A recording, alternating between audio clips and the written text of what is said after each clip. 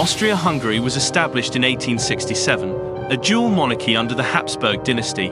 This diverse empire was home to numerous ethnic groups, including Germans, Hungarians, Czechs, Slovaks, Poles, Ukrainians, Romanians, Croats, Serbs, Slovenes, and Italians. Throughout the late 19th and early 20th centuries, nationalist movements began to gain momentum.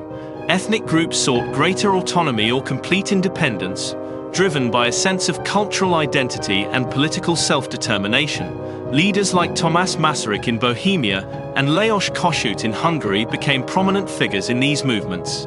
By the early 20th century, the cracks in the empire's foundation were becoming more apparent. Nationalist sentiments grew stronger and political tensions rose. The assassination of Archduke Franz Ferdinand in 1914 by a Bosnian Serb nationalist was a flashpoint, setting off a chain of events that would lead to the empire's involvement in World War I and its eventual dissolution. The assassination of Archduke Franz Ferdinand by Gavrilo Princip, a Bosnian Serb nationalist, was the spark that ignited the war. The conflict quickly expanded. Russia mobilized to support Serbia, Germany declared war on Russia, and soon France, the United Kingdom, and other nations were drawn into the fray. Austria-Hungary fought on multiple fronts, primarily against Russia in the east and Italy in the west. The empire struggled with outdated military strategies, logistical issues, and internal divisions. As the war dragged on, internal unrest grew. Ethnic groups within the empire, already seeking greater autonomy, became increasingly discontented. Strikes, food shortages, and protests added to the mounting pressures. The entry of the United States into the war in 1917 provided a significant boost to the Allies. Fresh American troops and resources tipped the balance against the Central Powers, further weakening Austria-Hungary. By late 1918, Austria-Hungary was on the brink of collapse.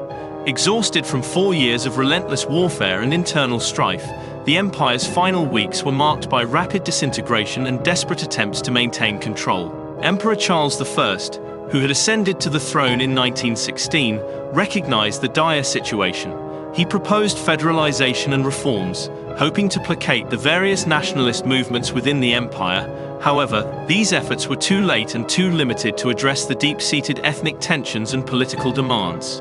On the military front, the situation was equally dire. The empire's forces were in full retreat. The Italian front, in particular, saw the collapse of Austro-Hungarian defenses. The Battle of Vittorio Veneto, which began on October 24th, was a decisive defeat. By November 3rd, the empire was forced to sign the Armistice of Villa Giusti with Italy, effectively ending its involvement in the war. On October 28th, Czechoslovakia declared its independence. Just a day later, on October 29th, the South Slavs proclaimed the state of Slovenes, Croats, and Serbs. Hungary severed its ties with Austria on October 31st, effectively ending the Austro-Hungarian Compromise of 1867. In Vienna, the political landscape was rapidly changing. On November 11th, Emperor Charles I issued a proclamation renouncing any participation in state affairs, but did not formally abdicate.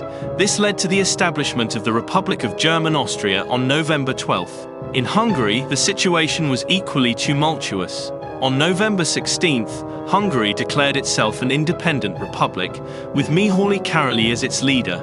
The Hungarian Democratic Republic aimed to navigate the chaos of post-war Europe and establish a new national identity. As the central authority of Austria-Hungary disintegrated, various ethnic regions took matters into their own hands. Poles in Galicia, Ukrainians in eastern Galicia, Romanians in Transylvania, and other groups seized the opportunity to declare independence or align with neighboring countries. The dissolution of Austria-Hungary was formalized at the Paris Peace Conference.